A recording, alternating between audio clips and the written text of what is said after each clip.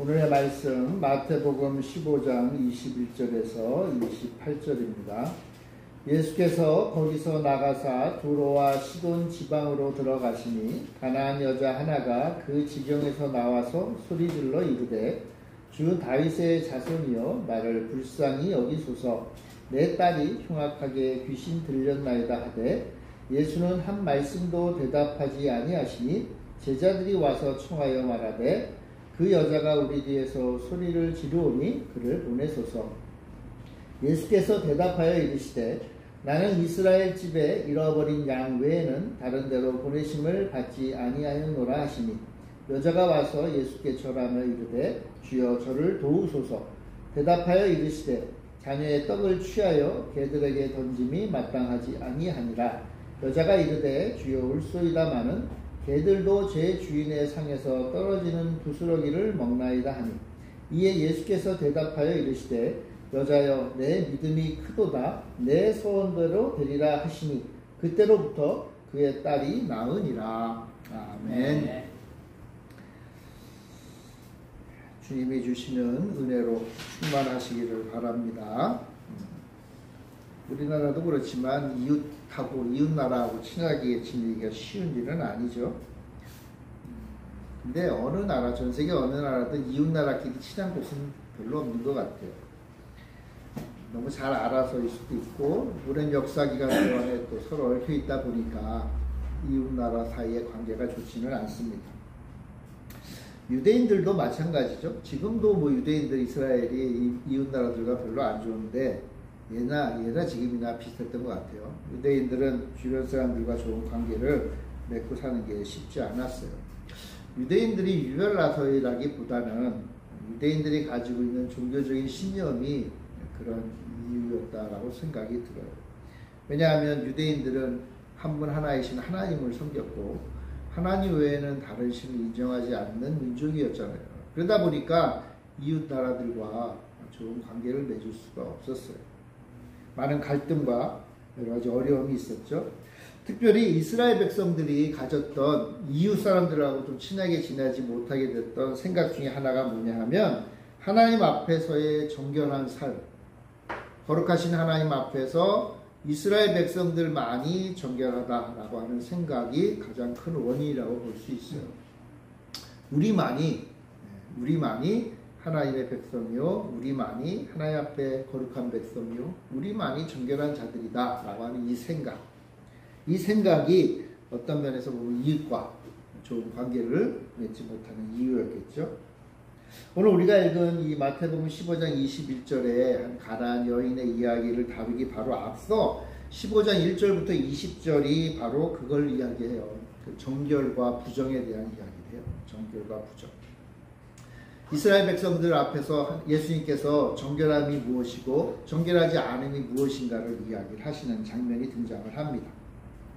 이스라엘 백성들은요 하나님 앞에 정결하게 살아야 된다라는 그 대전제는 맞는 말인데 그럼 어떻게 정결할 것인가를 가지고 성경 말씀, 구약에 기록된 성경 말씀에다가 자기들의 생각, 장로의 전통이라고 하는 자기들의 생각과 규정을 만들기 시작을 했어요. 그래서요 하나님 말씀을 너무 과도하게 믿은 거예요. 하나님께서는 너희는 정결해라. 그럼 우리 정결하게 살면 되는데 그럼 어떻게 하면 정결하게 살 것인가를 생각을 하면서 하나님이 의도하신 것 이상의 정결함을 추구하려고 해요. 어떤 면에서 보면 하나님이 원치 않는 말을 하고 있다라고도 볼 수 있어요.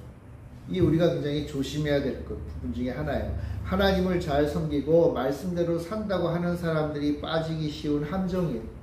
하나님이 원하시는 만큼 하면 되는데 그 원하시는 이상으로 자꾸만 하려고 그래요. 하나님이요 우리에게 너희들은 요만큼 해라 할 때는요 이게 우리에게 적당하기 때문에 요만큼 하라는 거거든요.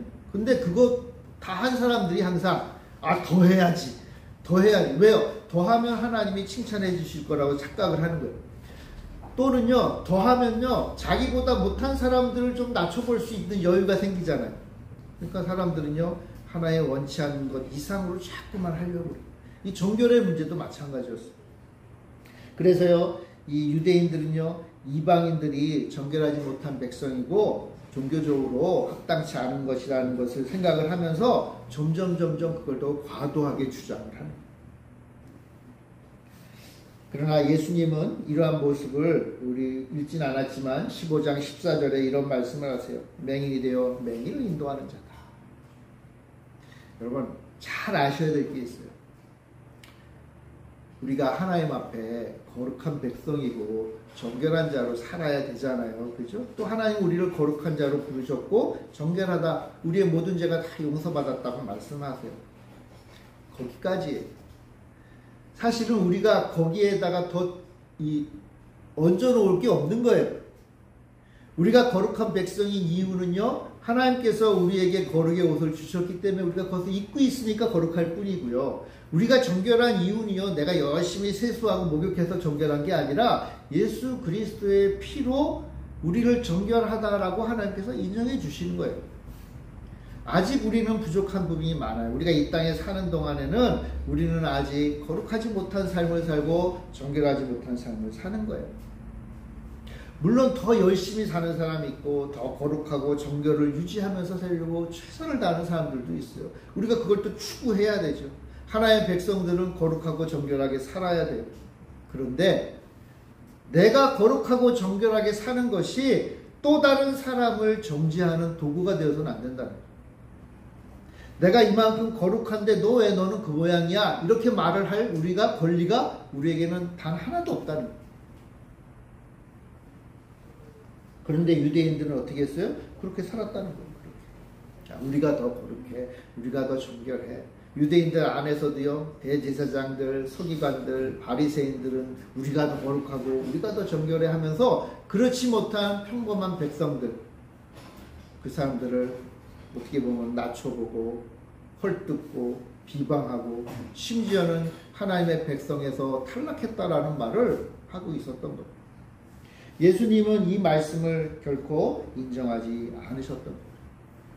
물론 예수님도 유대인, 물론 예수님도 남자였잖아요. 그러니까 그 예전 이스라엘 그 땅에서 유대인으로서 남자로서 기득권을 가지고 그렇게 살았던 계층으로 예수님도 사셨던 것은 틀리지 않아요. 그럼에도 불구하고 예수님은 일종의 파괴자셨어요. 잘못된 유대인들의 전통을 파괴하는 자로 서 계셨어요. 하나님의 의도를 무시하고 인간의 규정을 만든 것들에 대해서 우리 예수님은 아주 강력하게 공격하셨어요. 그건 하나님이 원치 않는 거야. 그건 하나님이 뜻한 바가 아니야. 그건 하나님이 기뻐하시는 거룩과 정결의 삶이 아니야 라고 예수님은 계속 말씀하신 거예요. 그러니까 예수님을요 유대인들이 미워했던 이유 중에 하나는 뭐냐면 우리는 잘하고 있어. 우리는 이 정도면 괜찮아. 우리는 이 정도면 하나님 백성으로 모자라지 않아 라고 생각했던 그 자부심을 예수님은 어떻게 하신 거예요? 공격하신 거예요. 공격하신 거예요. 그래가지고 되냐? 안 돼. 그건 하나님 원치 않는 거야. 공격을 하니까 유대인들이 화가 났던 거죠. 오늘 15장 그 앞부분에 보면요. 예수님은 특별히 유대인들의 그 전통적인 그 정결 의식을 파괴하고 계세요. 손을 씻고 떡을 먹어야 된다는 규정. 이게 이제 장로들이 만든 건데 그것에 대해서 우리가 입에다 넣는 게 우리를 더럽게 하는 게 아니다. 손 깨끗하게 씻고 그게 그렇게 중요한 게 아니다. 뭐예요? 우리의 마음에서 나오는 게 우리를 더럽게 하는 거다. 근데 뭐예요? 착각을 하고 있는 거예요. 착각. 우리도요 진짜 무엇이 하나님을 잘 섬기는지를 오해하고 착각하면서 할 때가 있다는 거예요. 야 이렇게 하면 하나님이 기뻐하시겠지? 이렇게 하면 하나님이 인정해 주시겠지? 여러분 하나님이 기뻐하시고 하나님이 인정하시는 그리스도의 삶이 뭔지 아세요? 하나님이 인정하시고 하나님이 기뻐하시는 우리 성도의 삶이 뭘 것 같아요 여러분? 예수님을 사랑하고 예수님이 나의 구세주고 예수님만이 나의 모든 것 되신다라고 하는 고백이 가장 중요한 거예요. 그것이 있고 나서 주일 예배도 드리고 11조도 하고 교회에서 헌신도 하고 목사님을 돕고 성도들을 위하고 헌신하는 것이 따라가는 것이지 예수님에 대한 확고한 믿음과 확실한 신뢰 없이 하나님이 기뻐하실 리가 없는 거예요. 아니 그것이 없이는 우리가 하나님 앞에 거룩한 백성이 될 수도 없고 정결한 자로 살 수도 없는 거예요. 근데 지금 유대인들은 뭐예요? 착각을 했다는 거예요. 착각. 예수님은 18절에도 말씀하시잖아요. 입으로 들어가는 음식이 우리를 더럽히는 게 아니라 입에서 나온, 다시 말하면 우리의 마음에서 나오는 것이 악한 것의 결과다라는 거예요. 그러므로 참된 정결과 참된 부정, 그것은 우리의 마음과 관련된 것이고 우리 예수님을 어떻게 받아들이는 것과 관련된 거예요. 자, 여기에 대해서 마태는요, 이어지는 오늘 본문에 있는 21절부터 28절까지의 이야기를 통해서 어떤 면에서 보면 귀신 들린 여인의 딸을 고쳐주는 치유의 사건 같지만 그 사건과 동시에 무엇이 정결하고 무엇이 정결하지 않은가에 대한 이야기를 하시는 거예요. 바꿔 말하면 어떻게 하나님의 백성으로 살 것인가에 대한 이야기가 담겨졌다라고 할 수 있습니다.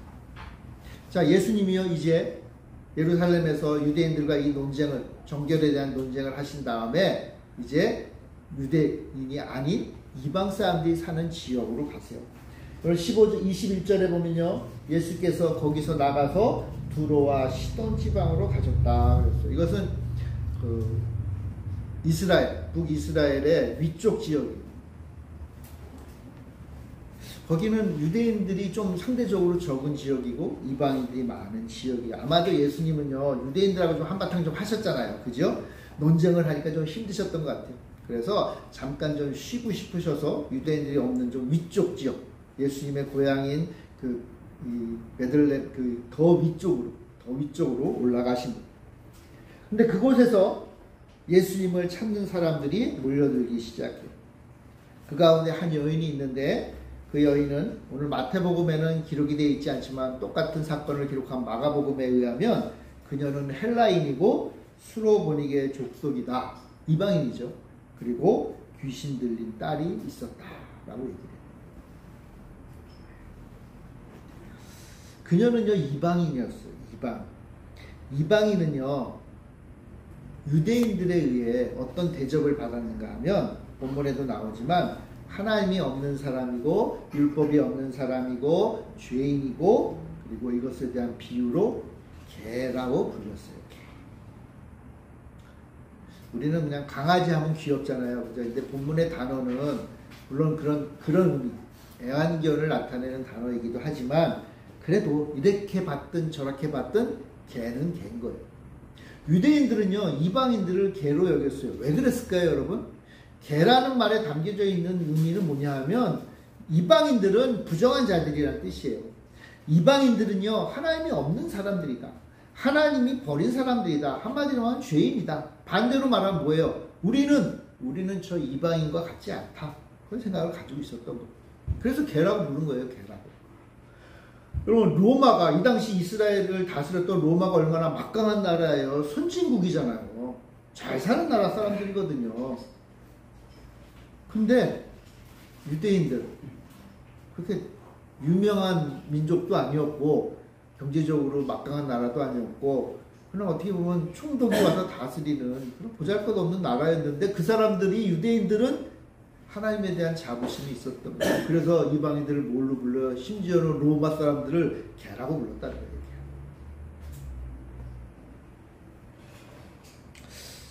아마 그녀도요, 유대인들로부터 자신이 그런 취급을 받는 것을 잘 알았을 거예요.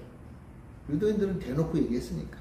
그리고요, 이 여인은요, 예수님이 유대인인 것도 잘 아셨을 거예요. 잘 알았겠죠. 왜 몰랐겠어요? 게다가 이 여인에게는 치명적인 아픔이 있잖아요. 뭐예요? 딸이 귀신 들렸어. 어느 문화든 어느 사회든 귀신 들린 자를 용납하고 받아들이기가 쉽지 않아요. 이걸 치료하기 위해서 얼마나 수고하고 애를 썼겠어요. 아마 이 여인과 딸은 가족들로부터 버림받았을 수도 있어요. 경제적으로 어려움도 많았겠죠. 근데 이제 그녀가 마지막으로 예수님께 나와서 부르짖어요. 왜요? 왜냐하면 해결할 수 없는 문제가 있기 때문에. 해결할 수 없는, 아무리 수고하고 아무리 애쓰고 아무리 노력하고 아무리 지혜를 짜내도 아무리 주변 사람들이 도와줘도 해결할 수 없었던 거예요. 그래서 마지막으로 예수님께 나와 예수님이 나의 딸을 귀신으로부터 해방시켜 달라고 믿음을 가지고 나오는 거예요. 물론 어느 어머니라도 다 이랬을 것 같아요.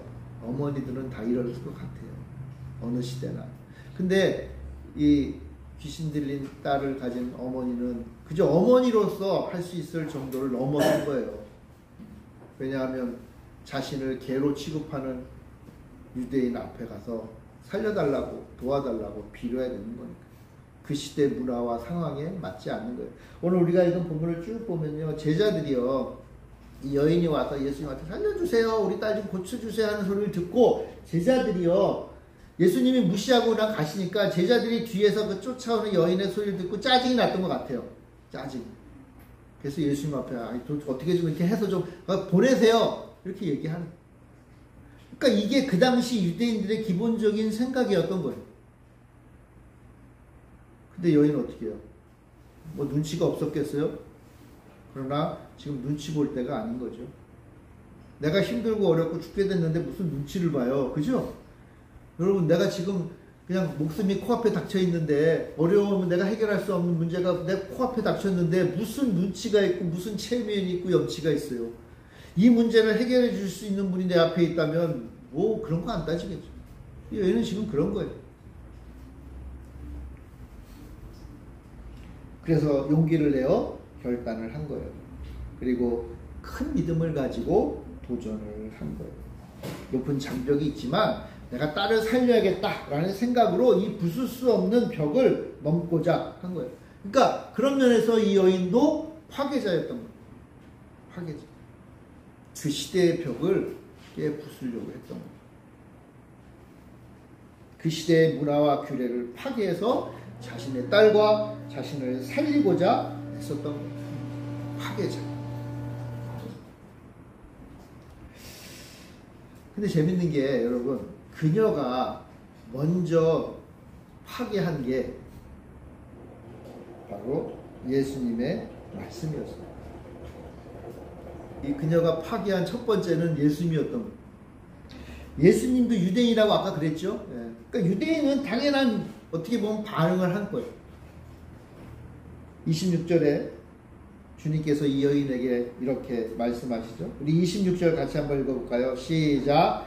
대답하여 이르시되 자녀의 떡을 취하여 개들에게 던짐이 마땅하지 아니하니라. 한마디로 말해서 자녀의 떡을 개들에게, 이방인 너희들에게 주는 게 옳지 않다. 이거 누가 하신 말씀이에요? 예수님이 하신 말씀이에요. 이게 굉장히 고약한 말씀이에요. 왜냐하면 예수님이 하셨을 것이라고 상상을 못하는 말씀이거든요. 도대체 예수님이 왜 이런 말씀을 하셨을까?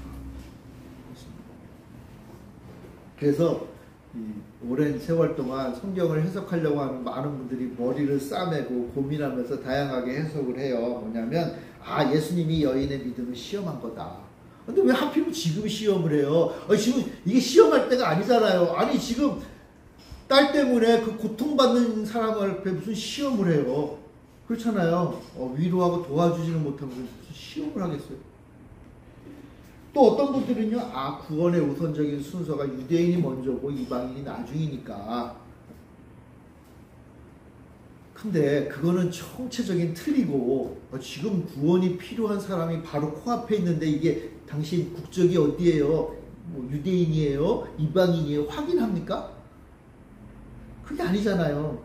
살려줘야 될 거 아니에요? 지금 살려줘야 될 거. 그럼에도 불구하고 예수님이 너희들은 개다. 개에게 던져주는 게 마땅하지 않다라고 말씀하십니다. 이 말은요, 아직 너는 아니다. 아직 너에게 임할 하나님의 은혜는 없다라는 뜻입니다. 하나님의 은혜가 아직 부어질 때가 아닙니다. 여러분, 우리가 만약 큰 어려움을 당하고 마음 아픈 일을 당해서 하나님 앞에 와서 기도했다고 생각을 해보세요. 하나님 이것 좀 꼭 해결해 주세요. 근데 하나님이 응답을 하셨는데 뭐라고 응답하시냐 하면 아직 너는 때가 아니다. 너에게 줄 은혜가 없다. 라고 하면 여러분 어떻게 하시겠어요? 그렇게 하나님이 진짜 응답을 하신다. 저 같으면 때려치라고 나오겠죠. 그죠? 때려치세요. 그리고는 뭘 했겠어요? 하나님이 아닌 나를 도와줄 누군가에게 갔겠죠. 하나님이 안 도와주신다고요? 그럼 뭐 딴 데 가서 도와달라고 하지. 갔을 것 같아요.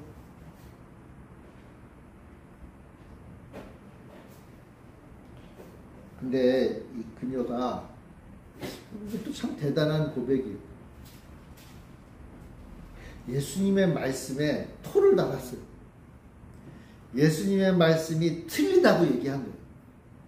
예수님의 말씀은 옳지 않다라고 얘기했어요. 예수님의 말씀을 파괴하고 있어요. 왜요? 따로 살리죠. 27절에 어떤 면에서 매우 위대한 고백이죠. 우리 27절 같이 한번 읽어봅시다. 시작. 여자가 이르되 주여 올소이다마는 개들도 제 주인의 상에서 떨어지는 부스러기를 먹나이다. 그녀는 개도 먹을 수 있는 방법이 있다 라고 말하는, 개도 먹을 수 있는 방법이 있다. 개도 먹을 수 있지 않냐 라고 얘기하는, 예수님 말씀이 옳습니다. 근데 옳습니다 옳다는 뜻이 아니잖아요. 그죠? 예수님 옳은 말 같지만 그거 맞지 않습니다.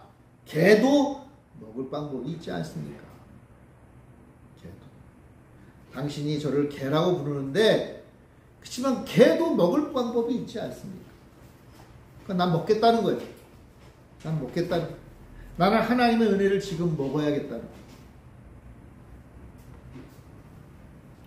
은혜를 얻을, 하나님의 은혜를 얻을 방법이 이방인에게도 있다고 외치고 있는 거예요. 물론 그녀가 무슨 이런 신학적인 걸 생각해서 말한 건 아니겠죠.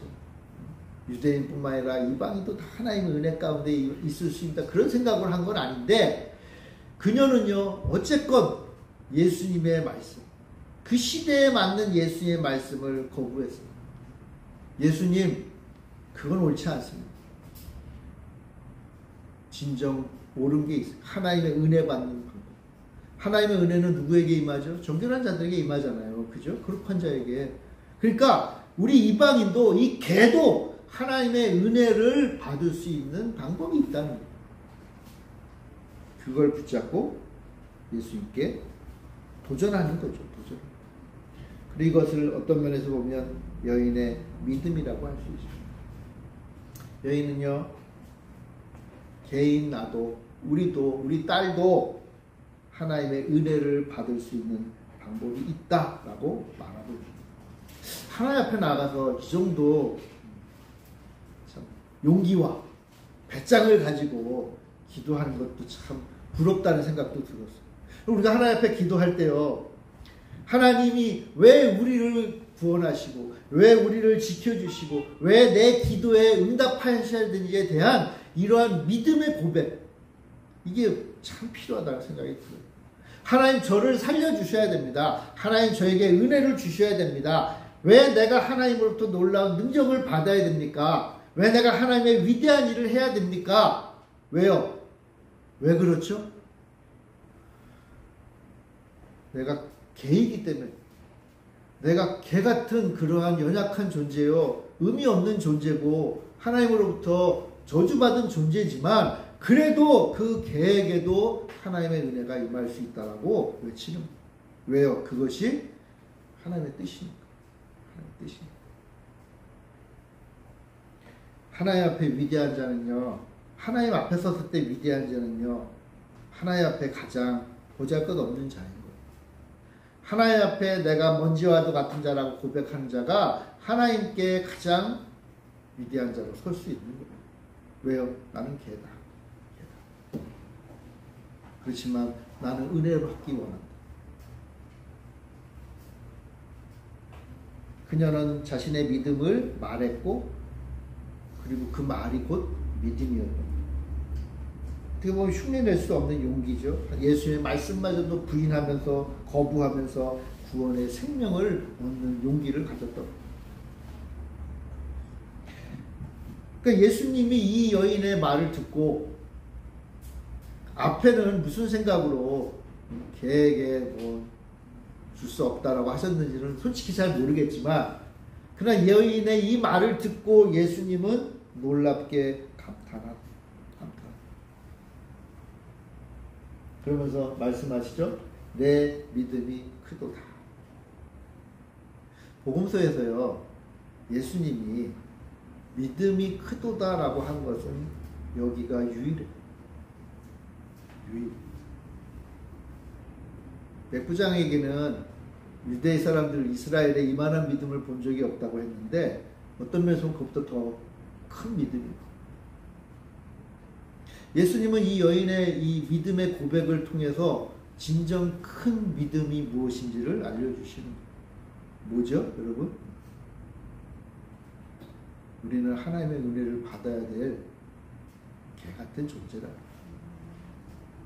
그러나 그럼에도 불구하고 우리는 하나님의 은혜를 받을 수 있다는 거예요. 아니, 받아야 된다는 거예요.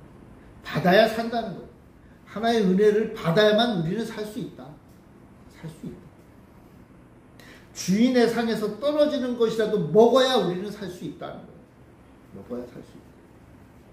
그러니까 은혜가요, 우리가 하나님께로부터 은혜 받는 것이요, 그냥 10년 전에 한번 은혜 받아 먹고 5년 전에 한번 은혜 받아 먹고 그걸로 버티며 살 수 있는 존재들이 아니라는 거예요. 우리는 주인의 상에서 매일같이 떨어지는 은혜를 먹고 살아야 됩니다. 하나의 은혜가 우리에게 매일매일 임해야 돼요. 여러분, 하나님께서 이스라엘 백성들에게 만나를 매일매일 주셨잖아요. 왜 매일매일 주셨겠어요? 매일매일 은혜를 맛봐야 살 수 있기 때문에. 매일매일 하나님이 나에게 생명을 주시는 분임을 고백하고 깨달아야 우리의 영혼이 살기 때문에 하나님은 매일 주시는 거예요. 매일매일. 그러니까 우리는 매일 은혜를 받아야 돼요. 매일 은혜를 받아야 돼요. 우리가 이방인, 원래 우리 다 이방인이잖아요. 그죠? 우린 이방인이에요. 우리는요, 어떻게 보면 이 개들과 똑같은 존재예요. 그렇지만 우리는 은혜를 받아야겠다는 거예요. 은혜를 받아야 우리가 살 수 있다는 거예요. 은혜가 보석보다 귀하다는 거예요. 그러므로 어떻게 해요? 우리도 이 여인처럼 은혜를 간구하기 위해서만큼은 매일매일 매달려야 됩니다. 우리 성도 여러분, 매일매일 하나님께 은혜를 달라고 기도하세요. 은혜를 달라고. 나에게 내 영혼이 먹을 것을 달라고 기도하시는 거예요. 그래서 매일 기도하고요. 매일 성경 말씀 읽고요. 매일 하나님을 찾고요. 매일 주님을 위해서 살아가는 거예요. 왜요? 은혜를 받아야 됩니다. 은혜를 받아야 돼요. 하나님의 은혜는 아무런 조건 없이 받는 것입니다. 은혜가 필요한 자들에게 은혜를 주시는 거예요. 언제 은혜를 주실까요? 믿음으로 갈망할 때 주시는 거예요. 이 여인에게 은혜를 주신 이유가 뭐예요? 믿음으로 갈망했잖아요. 달라고 했잖아요. 달라고. 하나님의 은혜를 구하는 자에게 주신다는 것을 기억을 해야 돼요. 그리고 그 은혜가 너무나 필요하기 때문에 그 은혜를 받기 위해서라고는 내 앞에 놓여있는 어떤 담이라도 내가 넘겠다라는 각오를 하고 다짐을 하고 행하는 자에게 하나님의 은혜를 베푸시는 거예요. 그러므로 사랑하는 성도 여러분, 은혜를 갈망하시길 바랍니다. 은혜를 매일매일 먹는 밥처럼 갈망하세요. 매일매일 내가 먹어야 될 물처럼 갈망하세요. 매일매일 내가 맛보아야 될 만나처럼 간구하세요. 왜요? 은혜는 그런 것입니다. 뿐만 아니라 은혜는요, 믿음으로 받는 거예요. 믿음. 이 여인이 예수님이 아니면 우리 딸 못 고친다는 믿음으로 왔잖아요. 개 같다는 소리를 들어도 믿음으로 왔잖아요. 개라도 은혜는 필요하다라고 얘기를 했잖아요. 그럼 우리는 개보다 좀 나을까요? 우리 개보다 좀 나을 수도 있죠. 그죠? 그렇지만 이 여인보다 좀 나을 수는 있지만 거기서 거기라는 거예요. 우리는 믿음으로 하나님의 은혜를 베푸신다는 그 믿음으로 은혜를 받아야 해요. 물론 우리가 아직 구하지 않아도 때로는 믿음이 없거나 우리가 아주 급박할 때는 하나님이 우리가 구하지 않아도 주실 때가 있어요. 왜? 우리의 부모님이시니까. 우리의 모든 것을 책임져 주시는 분이니까. 그런데 여러분, 구하지 않았는데도 받는 거는요, 우리가 어린아이기 때문에 그런 거예요. 내가 구하지 않아도 하나님이 때를 따라 도우세요. 왜요? 우리의 부모님이시니까. 그런데 컸어요. 성장했어요. 그러면 어떻게 해야 돼요? 요구해야죠. 달라고 해야 되잖아요. 그랬을 때 어떻게 해야 돼요? 하나님이 우리에게 은혜를 베풀어 주시는. 하나님이 우리에게 모든 것 다 주시는 분이지만 그럼에도 불구하고 하나님께서는 우리에게 구하기를 원하죠. 믿음으로 구하기를 원하십니다. 그러면 여러분, 하나님이 나에게 그러한 모든 것 주시는 분임을 믿고 그 믿음으로 구하시길 바랍니다. 네, 믿음으로. 하나님 좀 믿습니다. 하나님 나의 모든 것 채워주실 줄 믿습니다. 그 믿음으로 구하는 겁니다. 그리고 우리가 하나마저도 알아야 될 게 있어요. 이 여인을 통해서도 알 수 있지만 하나님의 은혜는 모든 장벽을 초월한다는 사실을 믿어야 합니다. 바꿔 말하면 이거예요. 하나님의 은혜가요, 미치지 못하는 장소가 없어요. 하나님의 은혜가 미치지 못할 시간도 없어요. 하나님의 은혜가 미치지 못할 사람도 없어요. 여기는 하나님의 은혜가 좀 임하기는 어려울 것 같아. 저 사람은 좀 하나님의 은혜가 좀 그렇다고 우리 생각이란. 하나님의 은혜는 미치지 못할 곳이 없어. 그러니까 어느 곳에 있든지 어떤 사람이었든지 누구가 되든 간에 하나님의 은혜를 구할 수 있다는 거예요. 개로 불린 이방 여인도 구했잖아요. 예수님 별로 일하고 싶지 않으셨음에도 구했잖아요. 그럼 어떻게 해요? 하나님이 부어주십니다. 필요하니까 부어주시는. 우리가 지닌 모든 문제의 근본적인 답이 예수 안에 있죠. 그러니까 예수를 나의 주님으로 섬기고 나의 모든 것 되신 것으로 믿고 그분께 나아가는 일이 필요합니다. 사랑하는 성도 여러분, 우리는 다 하나님의 은혜를 받을 자격이 없는 자들이에요. 유대인들은요, 그렇게 생각했던 거예요. 하나님은 부정한 사람들을 거부하신다. 근데 이 여인은 그걸 거부했죠. 파괴했죠. 그리고 뭐라고 해요?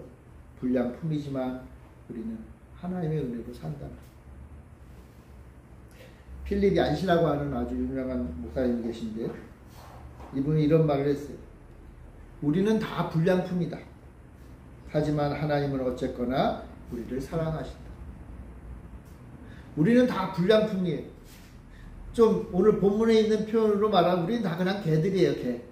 그러나 그럼에도 하나님은 우리를 사랑하신다.